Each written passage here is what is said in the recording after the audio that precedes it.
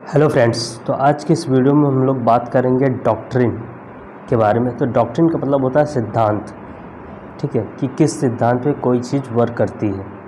देखिए, जो ये आज के हमारी जो डॉक्ट्रिन है, ये हमारे कॉन्स्टिट्यूशन से ली गई, कॉन्स्टिट्यूशन के आर्टिकल 13 से ली गई है, ठीक है। तो आर्टिकल 13 में एक प्रोविज़न है जिसके तहत ये डॉक्ट्रिन जो है ये उस पर फॉलो करती है। तो ये आपके एलएलबी के जो फर्स्ट सेमेस्टर है, कॉन्स्टिट्यूशन फर्स्ट जो सब्जेक्ट है उसमें भी ये है, और ये कंपटीशन में भी पूछा जाता है, ठीक है, कि जो हमारी पहली डॉक्ट्रिन है पृथक्करणता का सिद्धांत, यानी कि डॉक्ट्रिन ऑफ सेवरेबिलिटी, ठीक है। तो ये क्या होता है इसके बारे में हम लोग जानेंगे, और ये कैसे वर्क करता है ये भी जानेंगे। तो चलिए देखते हैं।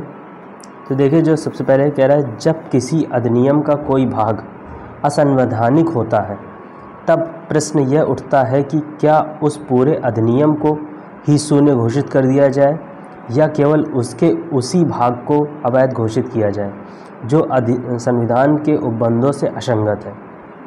देखिए, हमारा कॉन्स्टिट्यूशन क्या कहता है कि कोई भी विधि बनेगी, कोई भी लॉ बनेगा, कोई भी एक्ट बनेगा तो संविधान में जो प्रोविज़न दिए गए हैं उनके आधार पर बनाया जाएगा, कोई भी उससे विसंगत अधिनियम नहीं बनेगा। अब इसमें कहता है कि मान लीजिए कोई एक अधिनियम बनाया जाता है और उसमें कुछ प्रोविज़न ऐसे हैं जो संविधान से विसंगत हैं, ठीक है, संविधान से असंगत हैं, तब क्या किया जाएगा? तब क्या पूरे अधिनियम को ही अवैध घोषित कर दिया जाएगा या केवल उस भाग को जो संविधान से संगत है उस भाग को हटाया जाएगा? तो चलिए देखते हैं। कहता है, ऐसे मामलों से निपटने के लिए उच्चतम न्यायालय ने पृथक्करणता का सिद्धांत प्रतिपादित किया, ठीक है, कि जहाँ पे ये कंडीशन आ जाती है कि उस पूरे अधिनियम को अवैध घोषित किया जाए या केवल उस भाग को अवैध घोषित किया जाए, तो ऐसे सिचुएशन से निपटने के लिए उच्चतम न्यायालय ने क्या किया? एक पृथक्करणता का सिद्धांत प्रतिपादित किया। अब इस सिद्धांत में है क्या? कहता है, इस सिद्धांत के अनुसार यदि किसी अधिनियम का अवैध भाग उसके शेष भाग से विधानमंडल के आशय अर्थात अधिनियम के मूल उद्देश्य को समाप्त किए बिना अलग किया जा सकता है, ठीक है, तो केवल अधिकारों से असंगत वाला भाग ही अवैध घोषित किया जाएगा। अब देखिए, इसमें क्या कहा गया है? पूरे अधिनियम को नहीं। देखिए, इसमें क्या कहा गया है? मान लीजिए कोई अधिनियम बनाया जाता है, उसका कोई सेक्शन ऐसा है जो संविधान से असंगत है, तो अगर उस सेक्शन को उस अधिनियम से निकाल दिया जाए या हटा दिया जाए, तो अगर संसद का जो उद्देश्य है उस अधिनियम को बनाने का, अगर वो डिस्टर्ब नहीं हो रहा है, तो फिर उस केवल उतने ही पार्ट को हटाया जाएगा जितना पार्ट जो है संविधान के जो भी प्रोविज़न है उनसे असंगत है, उस पार्ट को हटा लिया जाएगा। पूरे संविधान को, पूरे अधिनियम को अवैध घोषित नहीं किया जाएगा। इसके बाद कहता है कि अनुच्छेद 13 में प्रयुक्त असंगति या विरोध की सीमा तक, ठीक है। देखिए, कहता है अनुच्छेद 13 में ये एक वाक्यांश दिया गया है, कहता है असंगत या विरोध की सीमा तक, मतलब जितना पार्ट संविधान से असंगत है या जिस पार्ट में विरोध है उस पार्ट को अलग कर दिया जाए पूरे अधिनियम से। पूरे अधिनियम को अवैध घोषित नहीं करना है, सिर्फ उस पार्ट को अधिनियम से अलग करना है जो कि संविधान से असंगत है। यह स्पष्ट है कि अधिनियम के केवल वे भाग ही अवैध घोषित किए जाएंगे जो मूल अधिकारों से असंगत है या विरोध में है, संपूर्ण अधिनियम को नहीं किया जाएगा।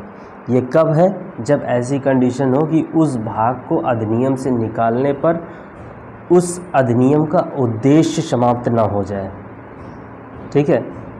जैसे घरेलू हिंसा का कोई अधिनियम है, अब उससे कोई ऐसा पार्ट निकाल लिया जाए जिससे कि घरेलू हिंसा में संरक्षण के लिए जो भी महिलाओं को संरक्षण दिया गया है उसका उद्देश्य समाप्त हो जाए, तो फिर उस अधिनियम का मतलब ही क्या, ठीक है। तो इसमें देखिए एक केस है, केस लॉ है, A.K. गोपालन बनाम मद्रास राज्य AIR 1950 सुप्रीम कोर्ट 27, ठीक है। इसमें क्या कहा गया? कह रहा है कि मामला था निवारक निरोध अधिनियम 1950। इसकी धारा जो 14 थी, ठीक है, इसकी धारा जो 14 थी, विधि मान्यता को चुनौती दी गई। निवारक निरोध अधिनियम 1950 की धारा 14 की विधि मान्यता को चुनौती दी गई। क्यों?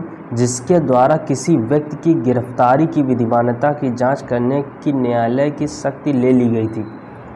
मतलब कोई व्यक्ति, अगर इस एक्ट में था कि अगर कोई व्यक्ति गिरफ्तार किया गया है तो वो सही से गिरफ्तार किया गया है कि नहीं, ऐसे न्यायालय की शक्ति उस एक्ट में ले ली गई थी। मतलब न्यायालय को ये शक्ति नहीं थी कि वह इस चीज़ की जांच कर सके कि जिस आदमी को गिरफ्तार किया गया है वो सही से किया गया है या नहीं किया गया है।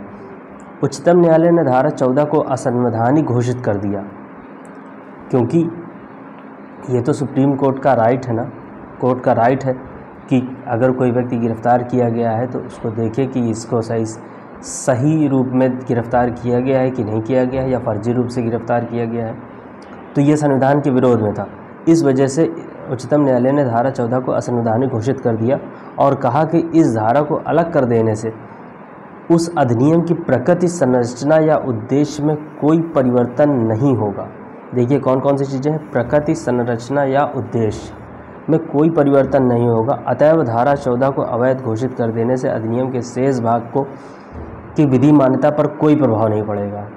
तो इसमें सुप्रीम कोर्ट ने कहा कि अगर हम उस धारा 14 को निकाल देते हैं पूरे अधिनियम से, तो उस अधिनियम की जो प्रकृति, संरचना या उद्देश्य है उसमें कोई भी परिवर्तन नहीं होगा और पूरा एक्ट वैसा ही बना रहेगा। तो ये कौन सा केस था? A.K. गोपालन बनाम मद्रास राज्य। ठीक है। इसके बाद देखिए, अब आपके दिमाग में ये क्वेश्चन आ रहा होगा कि अगर मान लो ऐसा कोई पार्ट हो अधिनियम का कि जिसको निकालने से उसके प्रकृति, संरचना और उद्देश्य में परिवर्तन हो जाए, तब क्या होगा? तो देखिए जो इसका एक्सेप्शन है वो क्या कहता है? कहता है यदि वैध भाग अवैध भाग से इस प्रकार अभिन्न रूप से जुड़ा हुआ है कि अवैध भाग को निकाल देने से अधिनियम का उद्देश्य विफल हो जाता है। ठीक है, देखिए इसमें साफ तौर पे लिखा हुआ है। कहता है कि अगर अवैध भाग को निकाल देने से अधिनियम का उद्देश्य विफल हो जाता है या शेष भाग कोई स्वतंत्र अस्तित्व नहीं रह जाता है, यानी कि अगर इसमें जो निवारक निरोध अधिनियम 1950 की धारा 14 अगर निकाल रहे हैं और उसको निकालने के बाद अगर इस अधिनियम का उद्देश्य ही समाप्त हो जाता तो उसका बाकी बचे भाग का अस्तित्व ही नहीं रहता, तो फिर उसका कोई मतलब नहीं था। ऐसे में न्यायालय ने कहा कि पूरे अधिनियम को ही असंवैधानिक घोषित कर देगा। ठीक है, अब उस भाग को निकालने से कोई मतलब ही नहीं है। अगर उस भाग को निकालेंगे तब भी अधिनियम बेकार है, तो पूरे अधिनियम को ही असंवैधानिक घोषित कर दिया जाएगा। तो ये था हम लोग का आज का वीडियो। तो उम्मीद करते हैं कि आप लोगों को वीडियो पसंद आया होगा और काफ़ी यूज़फुल रहेगा आप लोगों के लिए। तो आप लोग इस वीडियो को लाइक कीजिए, शेयर कीजिए अपने दोस्तों को और हमारे चैनल को सब्सक्राइब कीजिए। हम लोग ऐसे भी आपके लिए वीडियो लाते रहेंगे। धन्यवाद।